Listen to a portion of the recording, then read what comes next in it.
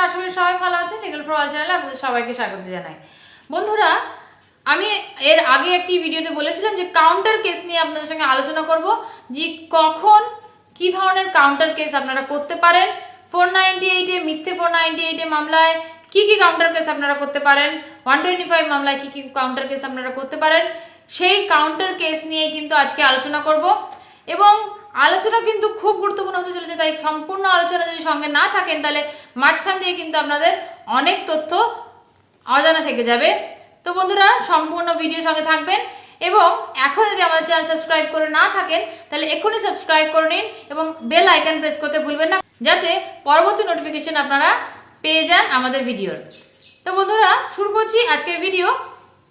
Counter case আপনারা যখন 498 যখন মামলা ফাইল হচ্ছে, 498 মিথ্যে মামলা যদি আপনার এগেনস্টে ফাইল হয়, তাহলে আপনারা কোন কোন ধরনের কাউন্টার কেসগুলো করতে পারেন।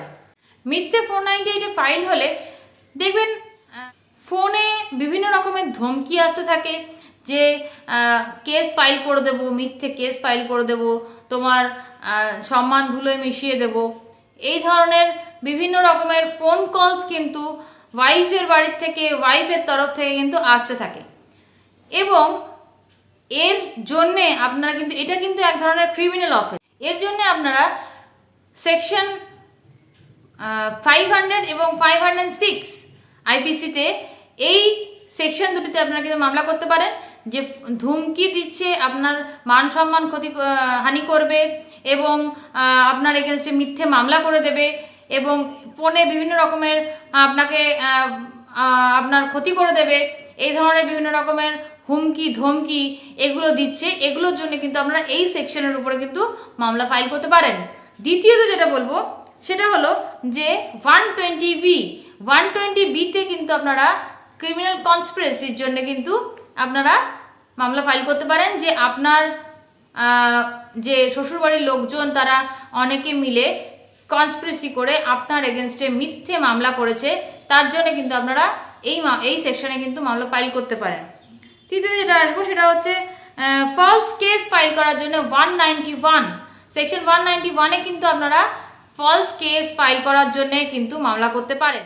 তার পরবর্তী যেটা বলবো সেটা হচ্ছে 323 এবং 325 এই ধারাগুলোতে যদি আপনাদের মধ্যে, আপনার শ্বশুরবাড়ি থেকে যদি লোকজন এসে আপনাদের সঙ্গে ধস্তাধস্তি, মারামারি, এই ধরনের জিনিসপত্র হয়, আপনাকে ধাক্কাধাক্কি করে, আপনার পরিবারের লোকজনের সঙ্গে যদি মারামারি ধাক্কাধাক্কি করে, তাহলে কিন্তু আপনি একটা মেডিকেল রিপোর্ট, এই কেসটার জন্য অবশ্যই কিন্তু মেডিকেল রিপোর্ট দরকার। এবং আপনাদের সঙ্গে যখন এই ধরনের জিনিসগুলো হবে তখন কিন্তু আপনারা অবশ্যই একটা মেডিকেল রিপোর্ট করিয়ে আনবেন আপনার নিকটবর্তী যে হসপিটাল আছে সেখান থেকে মেডিকেল রিপোর্ট করিয়ে এনে কিন্তু আপনি এই কেসটা করতে পারেন।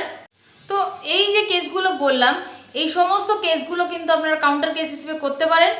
বিভিন্ন সিচুয়েশন বুঝে, বিভিন্ন মানুষের বিভিন্ন ধরনের সিচুয়েশন থাকে, সেই সিচুয়েশন অনুযায়ী বলে আপনার যে ধরনের সিচুয়েশন তৈরি হবে সেই অনুযায়ী কিন্তু এগুলো করতে পারেন। আমি কিছু কাউন্টার কেসের কথা বললাম, আরও অনেক কাউন্টার কেস হয়, সেগুলো আবার পরবর্তী কোনো ভিডিওতে বলবো। তো আশা করি আপনারা বুঝতে পেরেছেন যে কী ধরনের কাউন্টার কেস, কী ধরনের সমস্যা হলে কাউন্টার কেস করা যায়, এবং এই সমস্ত কাউন্টার কেসগুলো করে আপনারা কিন্তু আপনাদের এগেনস্টে যারা মিথ্যে মামলা করেছে তাদের কিন্তু সাজা দেওয়াতে পারেন। তো আশা করি আজকে ভিডিও আপনাদের ভালো লেগেছে। যদি ভালো লেগে থাকে তাহলে নিশ্চয়ই লাইক, কমেন্ট, শেয়ার করবেন এবং সাবস্ক্রাইব করে অবশ্যই আমাদের পাশে থাকবেন। নমস্কার, দেখা হচ্ছে পরবর্তী ভিডিওতে। ততক্ষণ ভালো থাকবেন, সুস্থ থাকবেন।